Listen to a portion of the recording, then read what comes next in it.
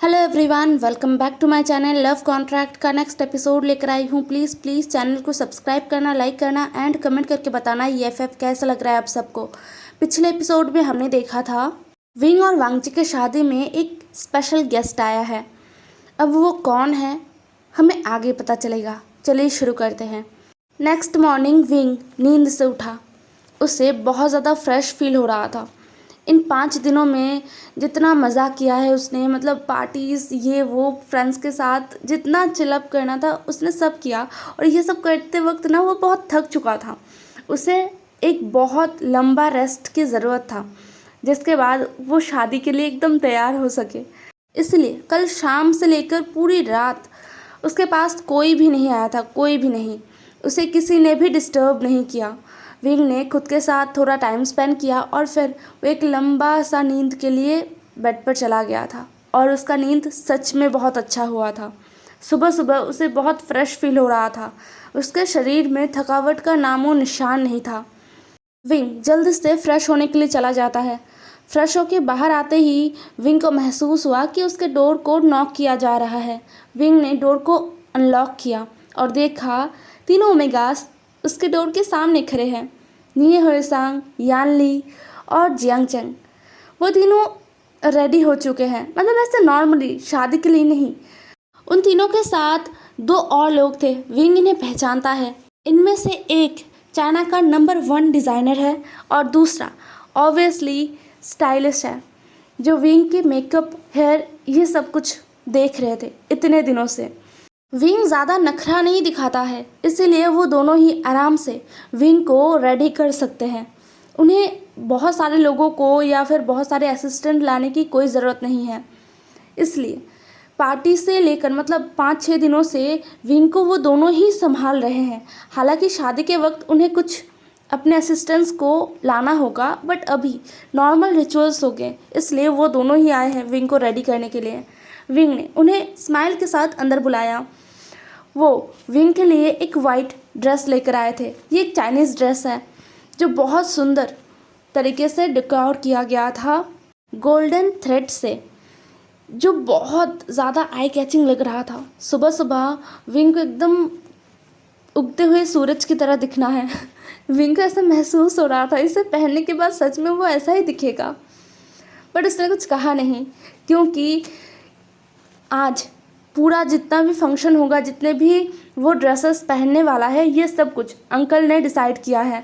हाँ, शादी में जितने भी आउटफिट पहनने वाले हैं विंग और वांगजी, उनको अंकल ने ही डिसाइड किया है, अंकल ने ही चूज़ किया है।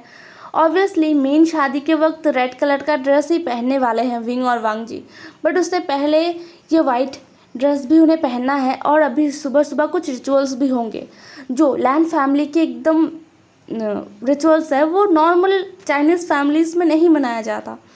उन दोनों ने विंग को अच्छी तरीके से रेडी किया। उनको थोड़ा थोड़ा हेल्प जियांगचैंग, यानली और निये हुएसांग कर रहे थे और बातें कर रहे थे। जियांगचैंग सुबह सुबह ही अपने मॉम के पास से होकर आया है, क्योंकि मैडम यू जियांगचैंग को पागल कर रही थी। मतलब वो इतनी बार बुला चुके थे जियांगचैंग को कि जियांगचैंग ना चाहते हुए भी उसे जाना पड़ा, और जाकर भी वो गुस्से में वापस आया था। बहुत ही उसका पूरा मूड ख़राब हो गया था, बट अभी वो ठीक है। अभी जियांगचैंग विंग के बेड पर बैठकर सोच रहा था कि उसकी मॉम कितनी ज़्यादा अजीब है। मतलब उन्हें अपने बच्चों के फ्यूचर को लेकर कोई टेंशन है ही नहीं, उन्हें बस पैसे ही चाहिए। उन्हें कोई फ़र्क नहीं पड़ता जियांगचैंग और यानली के हैप्पीनेस को लेकर। आज मैडम यू ने जियांगचैंग को बुलाया इसलिए क्योंकि उन्हें कुछ फॉरेनर्स पसंद आए थे, मतलब कुछ अल्फाज पसंद आए थे जो फॉरेन कंट्री से आए हैं और बड़े बड़े बिजनेसमैन हैं। मैडम यू ने उनसे बातें भी किया है। ऑब्वियसली इस पार्टी में सभी सबके साथ बातें कर रहे थे, ज़्यादा लोग नहीं थे, 150 ऐसे लोग थे। 150 ऐसे गेस्ट आए हुए थे जो बहुत ही हाई प्रोफाइल लोग थे। तो मैडम यू ऑब्वियसली इस मौके को अपने हाथ से गंवाना नहीं चाहते थे, इसलिए मैडम यू ने जियांगचैंग को बुलाया था और उन्होंने एक लिस्ट भी बना लिया था कि किन किन अल्फाज से जियांगचैंग को ज़्यादा क्लोज होना चाहिए, जियांगचैंग को उनसे बात करना चाहिए, टाइम स्पेंड करना चाहिए। ये सब बोलने के लिए ही उन्होंने जियांगचैंग को बुलाया था। जियांग चंग गुस्से से वहाँ से वापस आ गया था। उसे सच में अभी भी बहुत गुस्सा आ रहा था। अपनी मॉम की बातों को वो याद कर रहा था और गुस्से से उसका दिमाग फटा जा रहा था। यानली समझ रही थी कि शायद उसकी मॉम और उसके ब्रदर के बीच कुछ हुआ है, और अगर कुछ हुआ है तो इसमें गलती यानली की मॉम की ही है। मैडम यू ने ही शायद कुछ उल्टा सीधा कहा होगा जिसकी वजह से जियांग चंग इतने गुस्से में है। लेकिन अभी विंग के सामने वो इस बारे में बात नहीं करना चाहती। अभी विंग का एक अच्छा दिन है आज, तो यानली नहीं चाहती कि उनकी बातों को सुनकर विंग को टेंशन हो या फिर विंग का मूड ऑफ हो जाए। विंग को रेडी करना हो गया था, तो अब विंग को लेकर अभी जो रिचुअल्स मनाने के लिए जहाँ पर पूरा इंतज़ाम किया गया है ना, वहाँ पर ले जाया गया। वहाँ पर ऑलरेडी सब आ चुके थे सुबह के रिचुअल के लिए। विंग जो पहले सामने देखता है, वांग जी खड़ा था। विंग को थोड़ा नर्वस लग रहा था। अभी उनका शादी नहीं होने वाला था, शादी तो शाम को होने वाला है। असली जो मैरिज सेरेमनी है वो नाइट को होने वाला है। अभी कुछ और रिचुअल्स को फॉलो करना होगा जिसके बारे में विंग को कुछ भी नॉलेज नहीं है। विंग ने बस कुछ कुछ सुना है अंकल के मुंह से, तो वो थोड़ा सा नर्वस है। बट उसने खुद को शांत किया और वो आगे बढ़ गया। वांग जी ने अपना हाथ आगे बढ़ा दिया और विंग को थाम लिया। फिर वांग जी विंग को लेकर रिचुअल में बैठ गया। वहाँ पर कुछ एल्डर्स जो मर चुके हैं उनके लिए वो रिचुअल रखा गया था, जिससे वो स्वर्ग से, वो जहाँ भी है वहाँ से विंग और वांग जी को ब्लेसिंग्स दे और विंग और वांग जी का जो मैरिड लाइफ है वो बहुत अच्छा बीते, इसलिए ये सेरेमनी रखा गया था। तो सेरेमनी कुछ देर तक चला, उसके बाद सेरेमनी ख़त्म हो गया। फिर सब एक एक करके विंग और वांग जी से बातें कर रहे थे। कुछ लोग विंग और वांग जी को अभी ही गिफ्ट्स दे रहे थे। हाँ, ये कुछ नया नहीं है। विंग और वांग जी को इन 6 दिनों में, आज का दिन पकड़ के इन 6 दिनों में हमेशा ही कुछ ना कुछ गिफ्ट मिलता रहा है। कोई ना कोई आके उन्हें गिफ्ट देता ही जा रहा है। और ये गिफ्ट ना छोटा मोटा गिफ्ट नहीं है, हर किसी का गिफ्ट ही कुछ यूनिक होता है और बहुत महंगा होता है, बहुत ज़्यादा कॉस्टली। और वो गिफ्ट सच में विंग को लेने में बड़ा अजीब सा लगता है, वो बहुत ऑकवर्ड फील करने लगता है। वांग जी ने उसे कहा भी है कि वो रिटर्न गिफ्ट में इन लोगों को इनसे भी महंगा गिफ्ट जो उन्हें लोगों से मिल रहा है ना, उनसे भी महंगा गिफ्ट देने वाला है वांग जी। क्योंकि हाँ, शादी में रिटर्न गिफ्ट तो बनता ही है ना, तो बस विंग ऑकवर्ड ना फील करे और सबके गिफ्ट्स को ले। और विंग ने लिया भी है, लेकिन अभी कुछ अजीब हुआ। हाँ, कुछ लोग पहले गिफ्ट्स अलग अलग उनका जो गिफ्ट्स है वो देने आए। यहाँ पर गिफ्ट्स मतलब चॉपर, विलास, प्रॉपर्टीज़, डायमंड्स, यही सब दिए जा रहे थे सब विंग को और वांग जी को। तो 2-3 लोगों के बाद एक इंसान आया जो एकदम ब्लैक कलर के कपड़ों में था। विंग को थोड़ा अजीब लगा। आज सुबह के सेरेमनी के लिए सारे लोग वाइट कलर के आउटफिट में थे। विंग और वांग जी का तो कपल आउटफिट था और वो भी वाइट कलर का था। साथ में उनका थोड़ा अलग था क्योंकि उनके डिज़ाइनर कपड़ों में गोल्डन थ्रेड था, इसलिए वो थोड़ा चमक रहा था। इससे ज़्यादा कुछ नहीं था, बहुत ही सिंपल आउटफिट था बट बहुत ज़्यादा सुंदर। लेकिन यहाँ पर किसी को ऐसे पूरे ब्लैक कपड़ों में देखकर थोड़ा अजीब लगा विंग को। पहले तो विंग उस इंसान का चेहरा देख नहीं पा रहा था क्योंकि उस इंसान के सामने कोई आ रहा था, कोई जा रहा था, इसलिए विंग अच्छे से उस इंसान का चेहरा नहीं देख पा रहा था। लेकिन जैसे ही वो इंसान विंग के सामने आया ना, विंग का दिल एकदम धक करके उठा था। पता नहीं क्यों उसे बहुत अजीब सा फील हुआ। उसे अपने दिल में बहुत गर्माहट महसूस हुआ, साथ में पता नहीं उसे इमोशनल भी फील हुआ। उसके आंखों में ना चाहते हुए भी आंसू आ गए जिसे उसने पूछा। वह इंसान जो एक टक विंग को देख रहा था, विंग भी अपनी नज़रों को उस इंसान से हटा नहीं पा रहा था। विंग का दिल बहुत ज़ोर ज़ोर से धड़क रहा था, बहुत ही ज़्यादा ज़ोर ज़ोर से धड़क रहा था। उसे महसूस हो रहा था कि उसके दिल का जो ये धड़कना है ना, ये आसपास सब सुन लेंगे। विंग का दिल बस वांग जी के करीब होने पर ही ऐसे धड़कता है, बट आज वांग जी की वजह से ये धड़क नहीं रहा था। एक अनजान इंसान को देखकर ऐसे धड़क रहा था। बहुत बुरी तरीके से। विंग बेचैन हो गया। उसकी बेचैनी को शायद वो इंसान समझ पाया। वो इंसान अब एक स्माइल के साथ विंग के सामने अपना हाथ बढ़ा देते हैं हैंडशेक के लिए। विंग थोड़ा ऑकवर्ड हो गया। मतलब अभी तक विंग ने किसी के साथ भी हैंडशेक नहीं किया था। हाँ, ओमेगास अलग बात है, बट किसी अल्फ़ा के साथ उसने हैंडशेक नहीं किया था, क्योंकि सारे अल्फाज वांग जी के साथ ही हैंडशेक कर रहे थे और उसके सामने अपना सर नोट कर रहे थे। विंग भी उन्हें पोलाइटली धीरे धीरे बो कर रहा था। ज़्यादा झुक नहीं रहा था, बट वो बो कर रहा था। विंग ने एक बार उस इंसान के हाथ को देखा और फिर अपना सर वांग जी की तरफ घुमा दिया। वांग जी कुछ देर तो उस हाथ को देखता रहता है और फिर विंग के आंखों में देखता है और अपना सर हाँ में हिला देता है। फिर विंग ने अपना हाथ उस इंसान के हाथ में दिया और हैंडशेक किया। विंग को पता नहीं क्यों बहुत ज़्यादा अच्छा महसूस हो रहा था, बहुत ज़्यादा। थोड़ा बेचैनी, इमोशनल फील, ये सब उसका सारा फीलिंग्स एकदम पता नहीं कैसी खिचड़ी की तरह पक गया था। उसे समझ नहीं आ रहा था कि वो एग्जैक्टली क्या फील कर रहा है, बट उससे जो भी फील हो रहा है ये बुरा नहीं है, बिल्कुल भी बुरा फील नहीं हो रहा है उसे। वो इंसान जो विंग के हाथ को महसूस करने की कोशिश कर रहा था, विंग के चेहरे को बार बार निहार रहा था, उस इंसान ने खुद को संभाला और विंग के हाथ को छोड़ा। फिर उस इंसान ने अपने सेक्रेटरी को कुछ इशारा किया और वो सेक्रेटरी कुछ पेपर्स लेके आगे आ गया। उन पेपर्स को विंग देख रहा था दूर से। वो बहुत भारी भरकम पेपर्स लग रहे थे। वो इंसान उन पेपर्स को लेता है और विंग की तरफ बढ़ा देता है। विंग जो हिचकिचा रहा था बहुत ज़्यादा, ये क्या है? विंग अपने मन के सवाल को अब अपने मन में नहीं रख पाया। उसने पूछ ही लिया, क्या है ये? वो इंसान विंग की आवाज़ को सुनता है और स्माइल के साथ कहता है, गिफ्ट नहीं है, दहेज है। विंग जो हैरान हो गया, क्या? उसे महसूस हुआ कि उसने कुछ गलत सुना है, तो वो हैरानी से उस इंसान को देखता रहा। वह इंसान अब उन पेपर्स को विंग की तरफ बढ़ाते हुए बोला, साइन कर दो उनमें। मैं नहीं चाहता कि ये बदतमीज़ अल्फ़ा तुम्हें ये कहे कि तुम्हारे डैड ने तुम्हें दिया ही क्या है। ये सुनकर विंग और भी ज़्यादा हैरान हो गया। विंग वांग जी की तरफ देखने लगा। उसे कुछ समझ नहीं आ रहा था कि यहाँ पर हो क्या रहा है।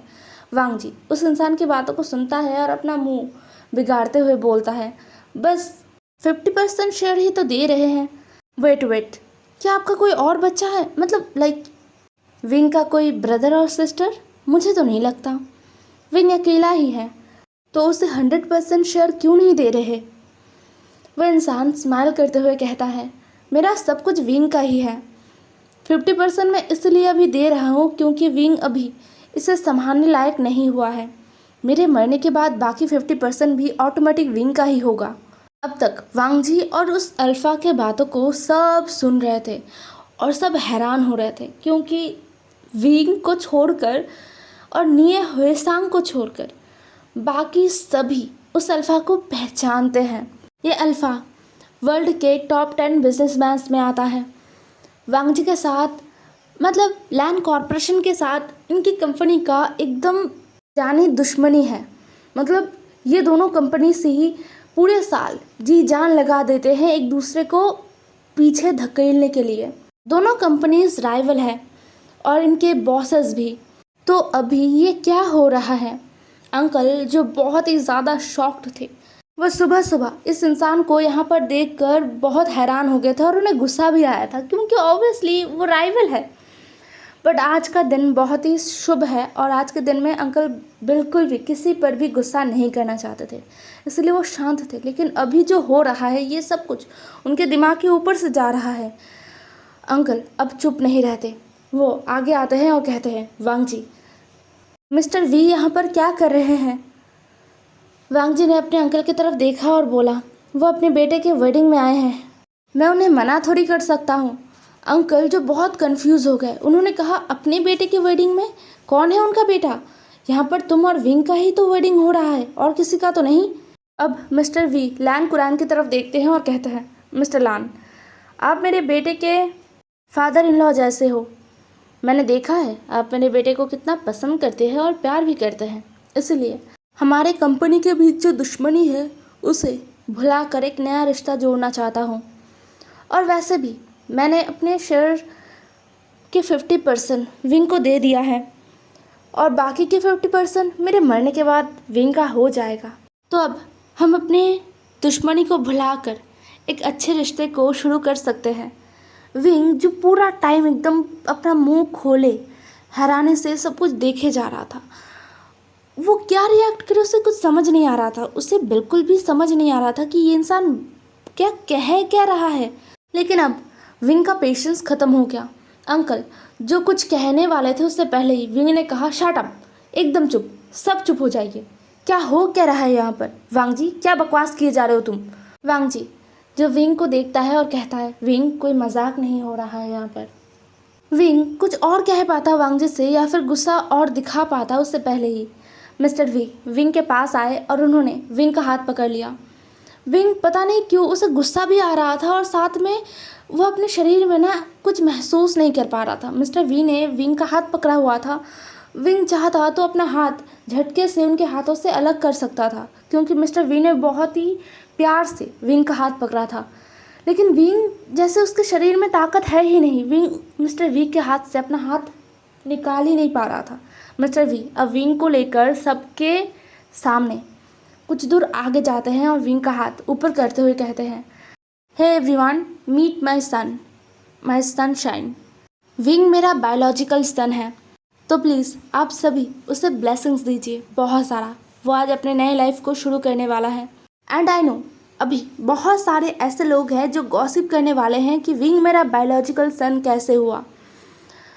पहली बात तो किसी का बायोलॉजिकल सन कैसे होता है ये डिस्क्राइब करना अपने सन के सामने थोड़ा एम्बैरेसिंग होगा, तो मैं इसे एक्सप्लेन नहीं करना चाहता। एंड मे बी आप सभी गॉसिप करना बंद करके शादी को एंजॉय करेंगे। Thank you. ये कहते हुए मिस्टर वी विंग का हाथ पकड़ के वहाँ से लेकर चले गए सबके सामने से। बाकी सब हैरान थे, परेशान थे, उनको समझ नहीं आ रहा था कि मिस्टर वी कॉरपोरेशन के मालिक वो कैसे विंग के बायोलॉजिकल डैड हो सकते हैं। उनको तो पता था, मतलब सभी ने थोड़ा बहुत पता लगाया था। पता चल जाता है ना, हाई प्रोफाइल लोगों को हमेशा ही पता चल जाता है कि उनके आसपास जो लोग हैं वो किस जगह से आए हैं, उनका बैकग्राउंड क्या है। तो सबको थोड़ा बहुत पता था कि विंग का जो पेरेंट्स है वो उनका एक छोटा मोटा बिजनेस है और कुछ नहीं। लेकिन अभी ये एकदम शॉक कर देने वाला एक न्यूज़ था, लेकिन कोई भी गॉसिप नहीं कर रहा था उतना ज़्यादा। मिस्टर वी की बातों को सुनकर ही सब चुप हो गए थे। अब सभी रेस्ट करने के लिए चले गए थे। लंच के बाद थोड़ा रेस्ट करना है और फिर नाइट में मेन जो समारोह है, जो मेन शादी होने वाला है, उसके लिए सब तैयार होने वाले थे। तो सभी अपने अपने विला में चले गए थे रेस्ट करने के लिए। बचे रह गए थे वहाँ पर कुछ ही लोग, जो सभी बहुत ही ज़्यादा हैरान थे। उनमें से अंकल कुरान, लैंड हिचैन, सोंगलैन, निये होएसांग, निये मिंजू, जियांग चैंग, जियांग यानली और वेंचिंग, ये सब हैरानी से वांग जी को देख रहे थे। वांग जी बहुत ही नॉर्मल था। लैंड शिचान कहते हैं, वांग जी ये क्या हो रहा है? मिस्टर वी ने ये क्यों कहा कि विंग उनका बायोलॉजिकल सन है? ये कैसे हो सकता है? विंग का वांग जी ने कुछ उन्हें और कहने नहीं दिया। वांग जी कहने लगता है, हाँ मिस्टर वी विंग का बायोलॉजिकल डैड है। लियांग फैमिली के साथ विंग का कोई भी ब्लड रिलेशन है ही नहीं। मिसेस लियांग मतलब मिस्टर लियांग के जो फर्स्ट वाइफ है, फर्स्ट ओमेगा है, उन्होंने विंग को एक एक्सीडेंट से बचाया था। वांग जी के कहे गए शब्दों को सुनकर सभी कंफ्यूज थे। अब वांग जी पूरा जो किस्सा है वो सबको कहने लगता है। एवरीवन, आज का एपिसोड यहीं पर ख़त्म होता है। फ्लैशबैक हम कल देखेंगे, ठीक है? अभी ना बारिश आने वाला है, बहुत तेज़ तेज़ हवाएं चल रहा है, तो बारिश अगर आ गया तो बीच में ही रुक जाएगा फ्लैशबैक और मज़ा नहीं आएगा। कल फ्लैशबैक देखेंगे, ठीक है? तो बाय बाय, कल मिलेंगे एक न्यू एपिसोड में।